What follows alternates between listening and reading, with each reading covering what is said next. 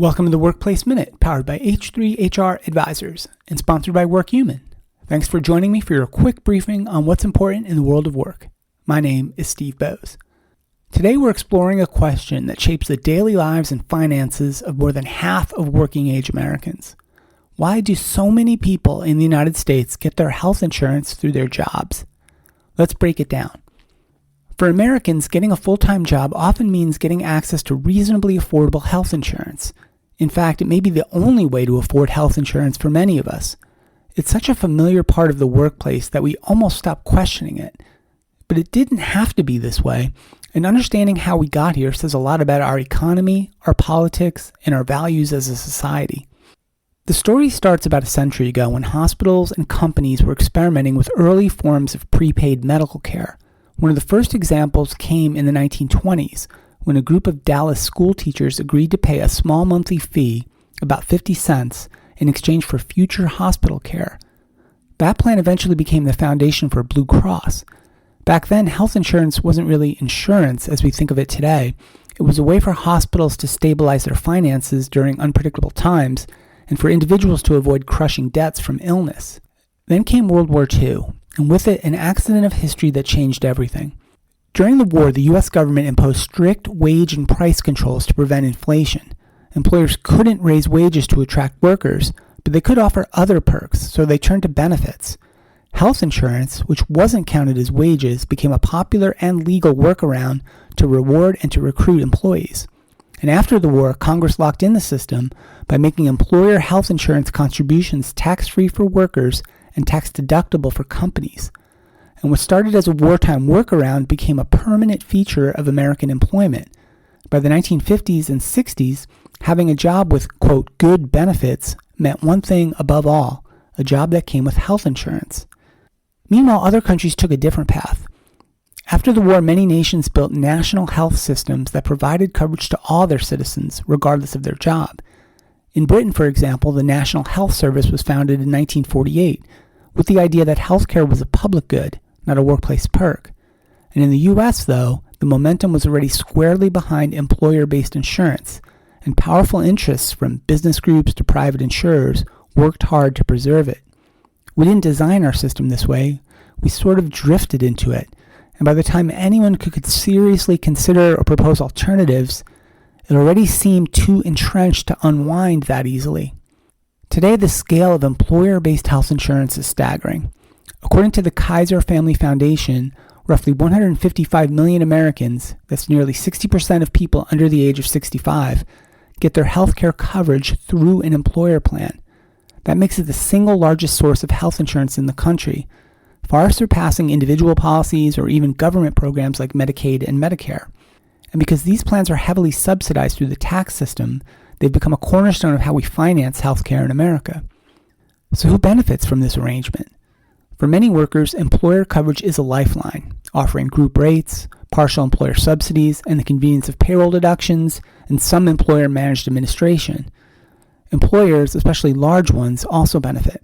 Offering health insurance helps them recruit and retain talent, and the tax deduction makes it relatively affordable compared to just increasing wages. Insurers and benefit consultants benefit too. The employer market gives them a massive stable pool of customers and billions in annual premiums. But this setup also creates inequality. High-income employees enjoy the biggest tax breaks, while lower-income or part-time workers often miss out entirely. And for everyone, coverage is fragile. Lose your job and you can lose your insurance. It's also a system with an enormous number of middlemen: brokers, consultants, insurers, pharmacy benefit managers, and medical providers, each taking their share of the profits. Every link in that chain adds administrative complexity and cost, making the entire system more expensive for individuals and employers alike. And because the profits of many of these entities depend on keeping claims down, they are often financially motivated to deny coverage, delay approvals, or restrict access to expensive treatments and medications. That's a fundamental difference between the U.S. model and the national health systems in places like the UK or Canada, where the government acts as a single payer and the profit motive plays a much smaller role. In our system, the business of healthcare often competes directly with the purpose of healthcare, keeping people healthy. The Affordable Care Act passed in 2010, reshaped the individual insurance market and expanded Medicaid, but it didn't fundamentally change the employer system. In fact, the ACA largely reinforced it, requiring large employers to offer affordable coverage and setting minimum standards for those plans. So even amid the heated debates about Obamacare and the subsidies, the truth is that employer-based coverage remains the backbone of all American health insurance, the part of the system that policymakers are still unlikely and hesitant to disrupt. That leaves employers in a tricky position. Costs have skyrocketed. Average annual premiums for family coverage now are estimated to be about $27,000 in 2026, and yet companies still need to offer attractive benefits to stay competitive. In response, many are experimenting with some new models. Some are using individual coverage health reimbursement arrangements, known as ICHRAs, giving employees a fixed allowance to buy their own coverage instead of providing a traditional group plan. Others adopt high deductible plans paired with health savings accounts to give employees more control, or at least more responsibility, for healthcare spending. And self-funding, where large companies pay claims directly instead of buying insurance, is also growing. And we're seeing more employers use data analytics, telehealth, and value-based care contracts to manage costs and improve outcomes. The system does keep evolving, but still within the limits and constraints of the employer-based framework. But let's imagine just for a moment that the U.S. decided to move toward a Medicare for all or single-payer system, one that guarantees basic health coverage to everyone no matter where they work. That would be a seismic change. Employers might no longer need to provide insurance at all. Health benefits would cease to be a recruiting tool or a financial burden, freeing up companies to focus on the other aspects of compensation and employee experience. Private insurers would face a massive restructuring, perhaps shifting to things like supplemental coverage rather than primary insurance. Pharmacy benefit managers, benefit brokers, healthcare administrators all would have to redefine their roles.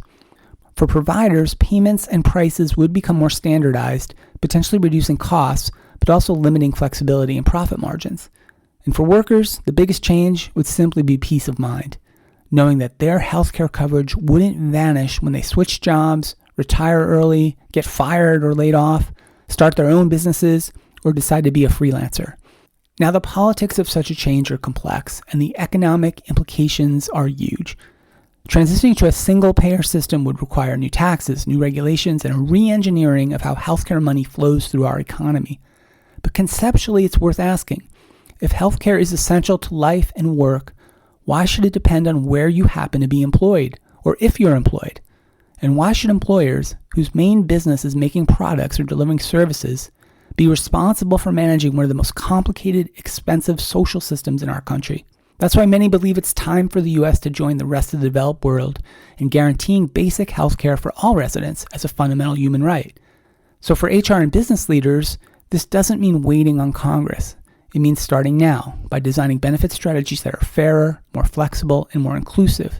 It also means supporting policies that make coverage more portable, that help part-time and contract workers access health care, and that ease the burden of navigating insurance tied to employment.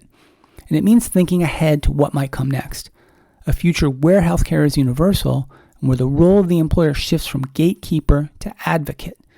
Because here's the truth, our current system wasn't carefully planned. It was built through happenstance and compromise. And while it has served many people reasonably well, it also leaves millions of people vulnerable. If we want a healthier, more equitable workforce and a stronger society, we have to start asking hard questions about why a person's access to a doctor or to life-saving medicine still depends largely on whether they happen to have a job or not, and even what kind of a job that is. So thanks for listening to this extended edition of the Workplace Minute.